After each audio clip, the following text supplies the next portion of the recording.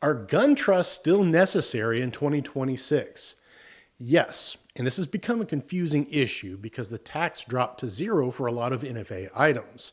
That has made some people think that those items don't have to be registered anymore, but that's wrong. They absolutely still have to be registered. The tax changed. The registration requirement did not disappear.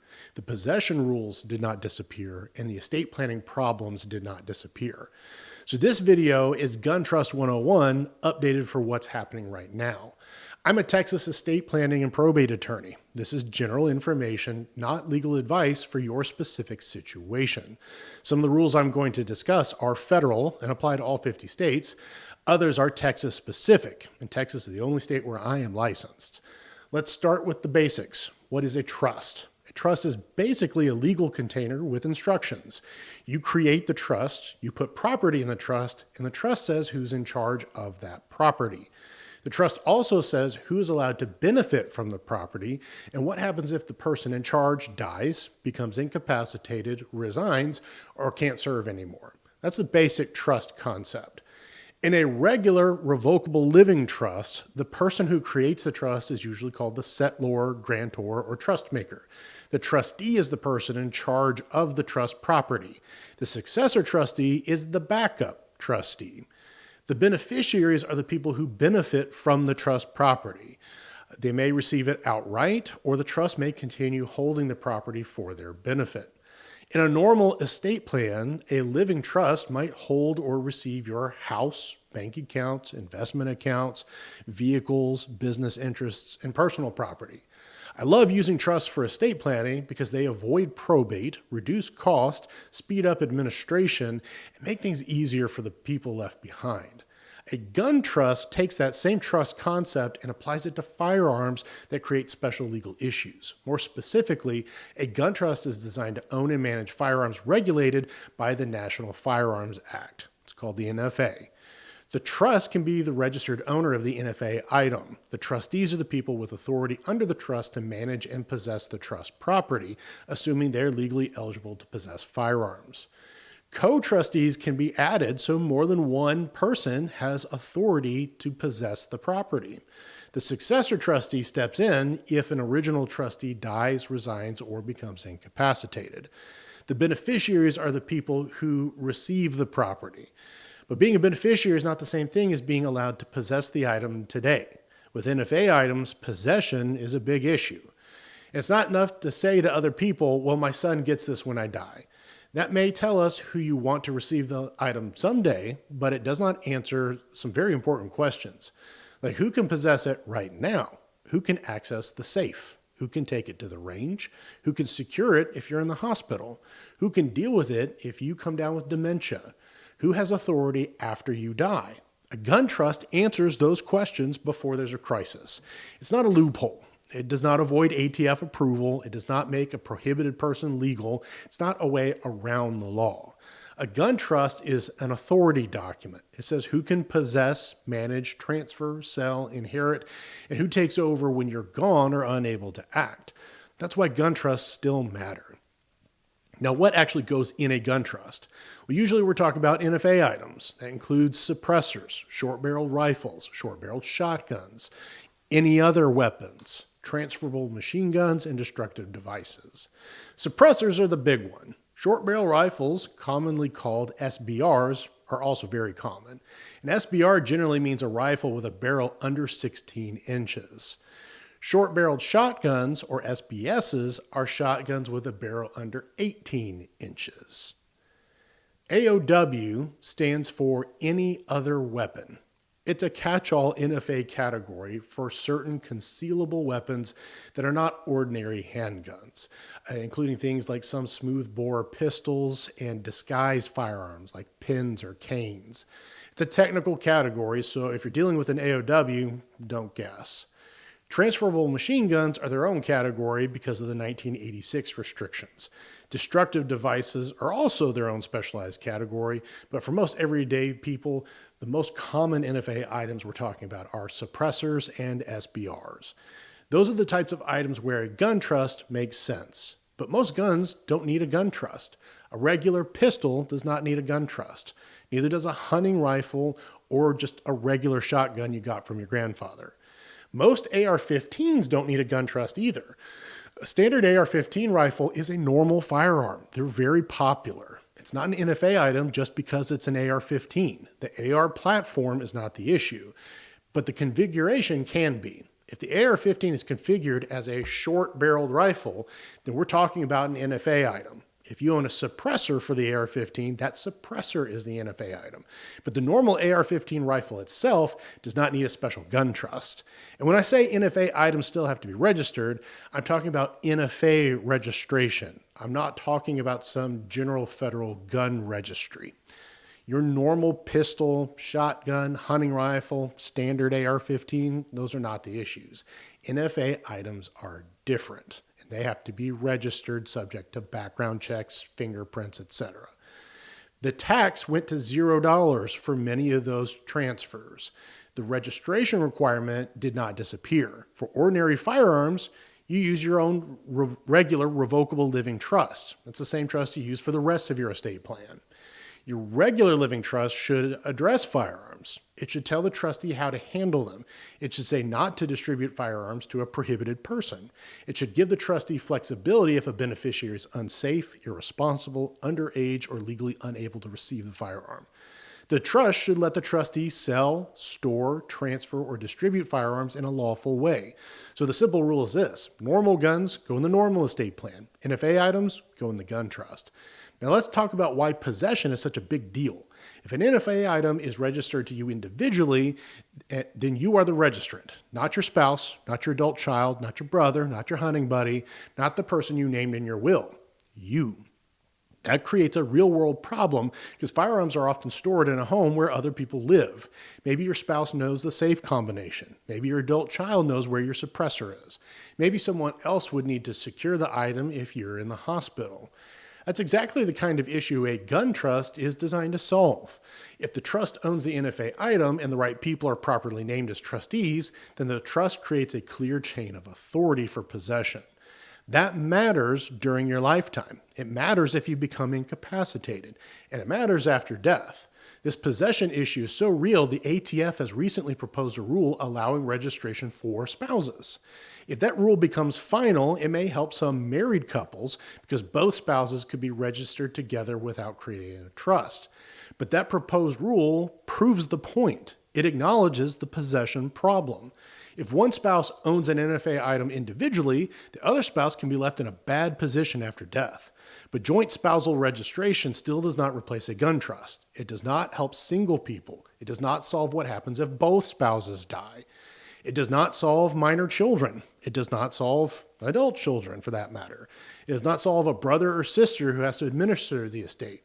It does not solve a non-spouse successor. It does not solve a collection that needs to be held, stored, and sold over time. A gun trust is broader than a spouse-only fix. I'm handling a probate case right now where a single dad died with an individually owned NFA items and minor children are the heirs.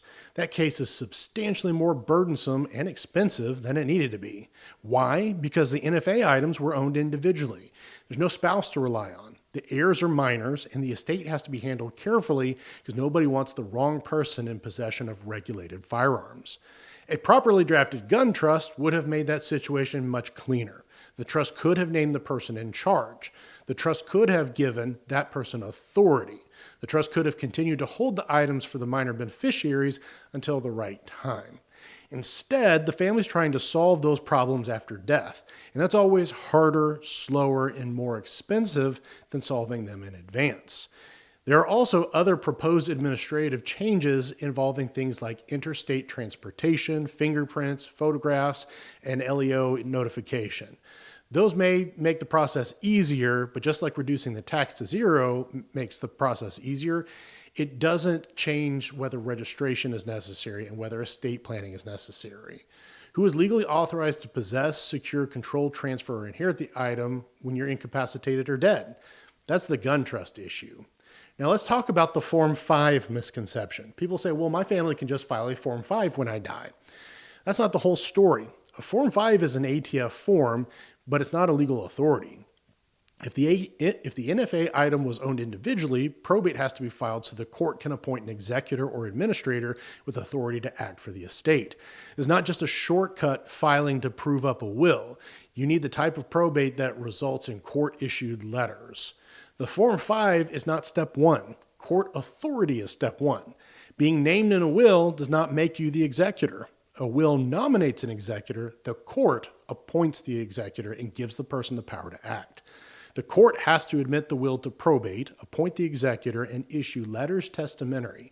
If there's no will, the court has to appoint an administrator and issue letters of administration. Then that court-appointed fiduciary can sign the Form 5. Until an executor or administrator is appointed, nobody else is legally authorized to possess those individually registered NFA items. Not your spouse, not your kids, not the person named in your will. Nobody. They may have access to the house. They may have access to the safe. They may know exactly what you wanted. That does not make them the registered owner, and it does not make them the court-appointed representative of your estate. So let me ask this directly. Do you want your spouse to be in that situation? Do you want your spouse standing in your home after your death, grieving with access to the gun safe with suppressors or SBRs registered only to you individually and no legal authority to possess them? Do you want your spouse to have to hire a probate attorney, file in court, wait for appointment, get letters testamentary or administration, and only then be able to sign the Form 5? That's a lot to leave behind, and it's avoidable. If the NFA item is owned by a gun trust, the trust does not die when you die. The trust continues. The successor trustee is already named. The trustee already has authority under the trust. The trustee can secure the property, control the property, manage it, and file the appropriate ATF paperwork. That's the point. Form 5 may be fast once the right person has authority, but authority is the issue. A gun trust creates that authority before you die. Individual ownership leaves that problem for your family after you die. And that's not just theoretical. I had another client whose brother died and left her with the job of going to court to deal with his collection. After the court hearing, she said to me, "I love my brother, but if he came back from the dead, I would kill him again for all the work he left for me to do." Now, she was mostly joking, but the point was serious. That's what bad planning feels like to the person left behind. You may think your collection is simple. You may think your family will know what to do, but they probably won't. Even if they do know what you wanted, they still need legal authority to do it. That's why planning ahead matters.